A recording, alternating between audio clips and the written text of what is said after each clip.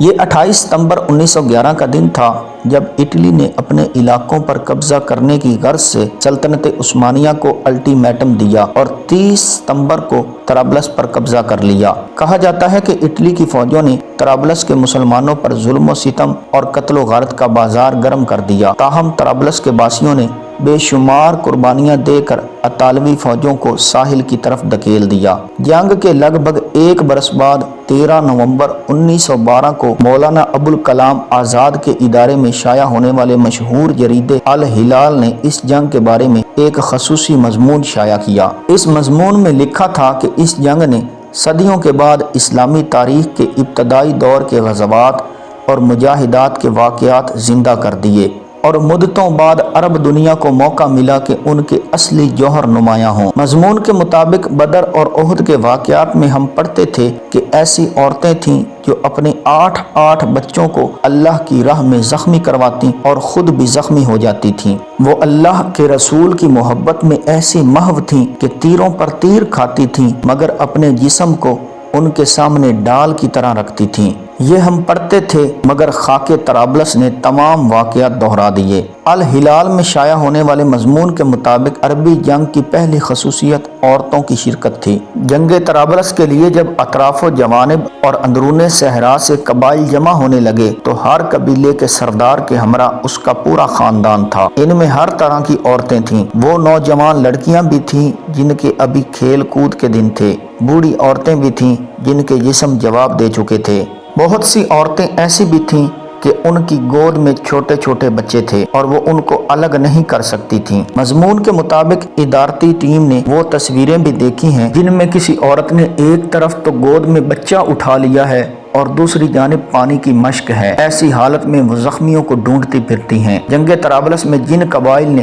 سب سے زیادہ فعال کردار ادا کیا ان میں ایک مشہور قبیلہ البراسا تھا جو افرادی قوت اور اثر و رسوخ کے لحاظ سے اندرون طرابلس کا سب سے بڑا قبیلہ سمجھا جاتا تھا۔ اس قبیلے کے سردار کا نام شیخ عبداللہ تھا۔ روایات کے مطابق شیخ عبداللہ نے جنگ کے آغاز سے اختتام تک انتہائی جرأت مندانہ کردار ادا کیا اور انہوں نے نہ صرف اپنے قبیلے کو جنگ کے لیے تیار کیا بلکہ ارد گرد کے دوسرے قبائل کو بھی اس پر آمادہ کیا۔ جنگ میں حصہ لینے والے تمام ترک افسر اس بارے میں متفق ہیں کہ اگر شیخ عبداللہ شروع سے ہی اس جنگ میں ان کا ساتھ نہ دیتے تو بعد کی کامیابیاں ہرگز حاصل نہ ہو سکتی تھیں۔ عبداللہ نے اپنا تمام مال و متاع ترک افسروں کے سپرد کر دیا اور اپنے قبیلے ہی نہیں بلکہ اپنے خاندان کے تمام افراد کو دشمن کے سامنے کھڑا کر دیا اور خود ان کی قیادت کا فریضہ سنبھال لیا۔ شیخ عبداللہ کا تمام خاندان مصروف جہاد تھا۔ ان کی صرف ایک بیٹی تھی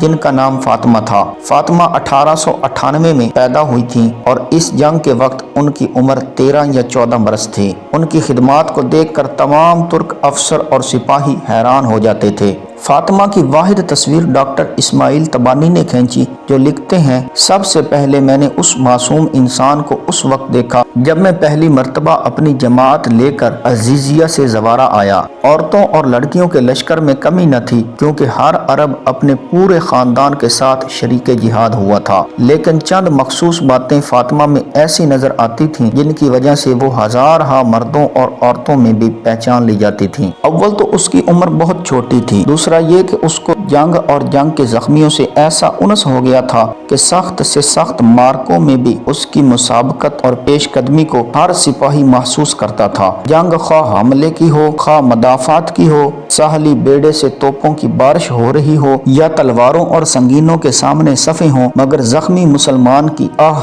اس کے لیے ایسی کشش تھی جس کو سن لینے کے بعد محال ہو جاتا تھا کہ اس کی چھوٹی سی مشق اپنے فرض کو بھول جائے۔ ڈاکٹر اسماعیل کے مطابق فاطمہ کم سن تھی لیکن ان کے اندر ایک کہن سال عشق موجود تھا۔ یہ عشق لہو و لو یا تمتعات حیات کا نہیں تھا بلکہ خون، زخم اور کٹی ہوئی انسانی رگوں کا۔ جہاں کہیں یہ چیزیں موجود ہوتی وہ ایک بعد رفتار ہرنی مستعدی مگر فرشتہ عشق کے پروں پر اڑتی ہوئی پہنچ جاتی تھی۔ ڈاکٹر اسماعیل تبانی مزید لکھتے ہیں، میں نے ایک مرتبہ دیکھا کہ بارود کے دھوئیں سے تمام فضا تاریک ہو رہی تھی، کانوں کے پردے توپوں کی آوازوں سے پھٹ رہے تھے، گولوں کے پھٹنے سے ایک عارضی روشنی نمودار ہو جاتی ہے مگر اس کے ساتھ ہی انسانی چیخیں گولوں کی گرج کے ساتھ مل کر ایک عجیب وحشت انگیز ہنگامہ برپا کر دیتی ہیں۔ ایسے جگر پاش اور زہر گداز عالم میں وہ معصوم ہرنی اس طرح دوڑ رہی ہے کہ معلوم ہوتا تھا کہ مظلوم و محتاج زخمیوں کی خبر گیری کے لیے کوئی فرشتہ آسمان سے اتر آیا ہو۔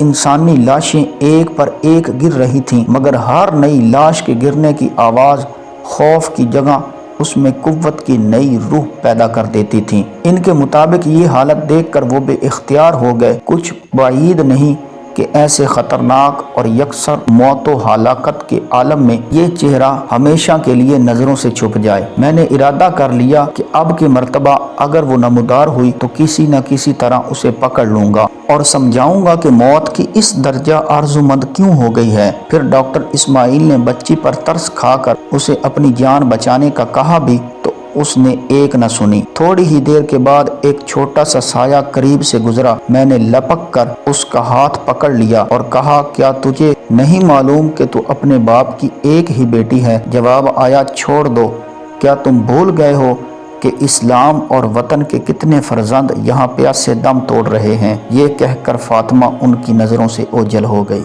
یاد رہے کہ اس مارکے میں 3000 عربوں اور ترکوں نے تقریباً 12000 اطالوی فوجیوں کو شکست دی تھی۔ جنگ کے بعد لوگ اپنے زخمی اور ہلاک ہونے والے ساتھیوں کی تلاش میں نکلے تو 4 بہادر ترک بے ہوش پڑے تھے اور ان کے پاس ہی فاطمہ کی لاش تھی۔ پانی کا مشکیزہ ترک سپاہی کے سینے پر پڑا تھا، لیکن مشکیزے کا منہ زخمی کے لبوں پر نہ تھا، جس سے معلوم ہوتا تھا کہ فاطمہ ترک سپاہی کو پانی پلانے سے پہلے ہی ہلاک ہو گئی تھی۔